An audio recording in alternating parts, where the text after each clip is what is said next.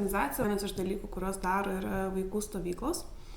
Tai kai buvau vaikas, paauglė, aš pati važiavau į stovyklas ir jau važiuodama paauglystėje ir galvojau, kad norėčiau užaugus tapti vadovė.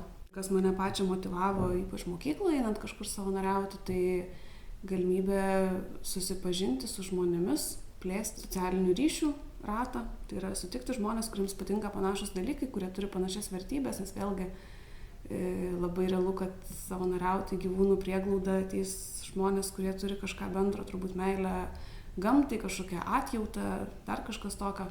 Į kultūrinius renginius ateis žmonės vėlgi su kitais kažkokiais interesais ir tai gali būti puikia erdvė tam.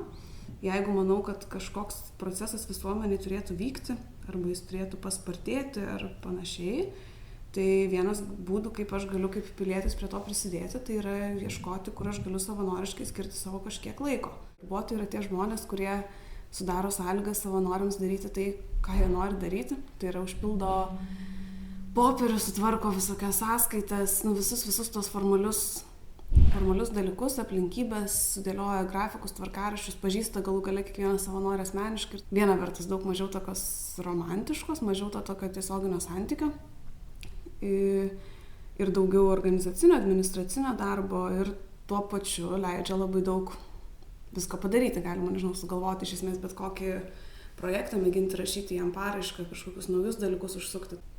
Nežinau, ar aktyviai apie tai svajoju, bet be abejo visą laiką galvoju ir noriu, kad čia jau, jeigu galvojant apie savanorystę, tai kad didėtų procentas tų savanoriaujančių žmonių Lietuvoje. Čia šiaip tokia, negaliu sakyti gal, kad tai yra svajonė, bet man atrodo, kad tai yra svarbu. Labai smagu, jeigu sužinočiau, pavyzdžiui, kad mano močiutė, kuri vis kraipo galvą ir niekaip negali suprasti, kokiom nesąmonėm aš jau tiek daug metų užsiemu. Tai jeigu jinai kur nors prisijungtų, sakytų, aš pradėjau savanoriauti, pavyzdžiui, vyresnio amžiaus žmonės irgi turi daugybę visokių galimybių, kur gali tai daryti. Tai gal čia būtų tokia mano maža asmeninė svajonė, kad labai džiaugčiausi tokiu pasiekimu. Nes dabar dar kažkaip, man atrodo, vis tiek pas mus yra visuomeniai labai stipriai savanorystė siejama su jaunai žmonėm. Gal žmogui, jeigu yra, pavyzdžiui, 70, jis jau nebelabai nori gyvenime daug eksperimentuoti arba ieškoti kažkokių naujų dalykų. Bet manau, kad irgi gali labai daug duoti tokio šiaip prasmės pojūčio.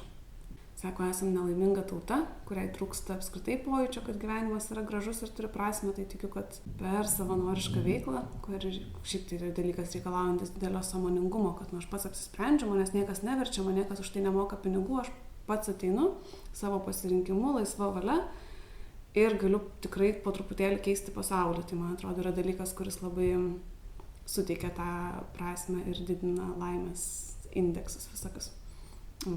Mano vardas yra Ieva Stogevičiūtė. Šiuo metu dirbu nevyriausybinės organizacijos Lietuvos atgaja plėtros ir komunikacijos vadove, o prieš tai daug metų esu čia savanoriavusi.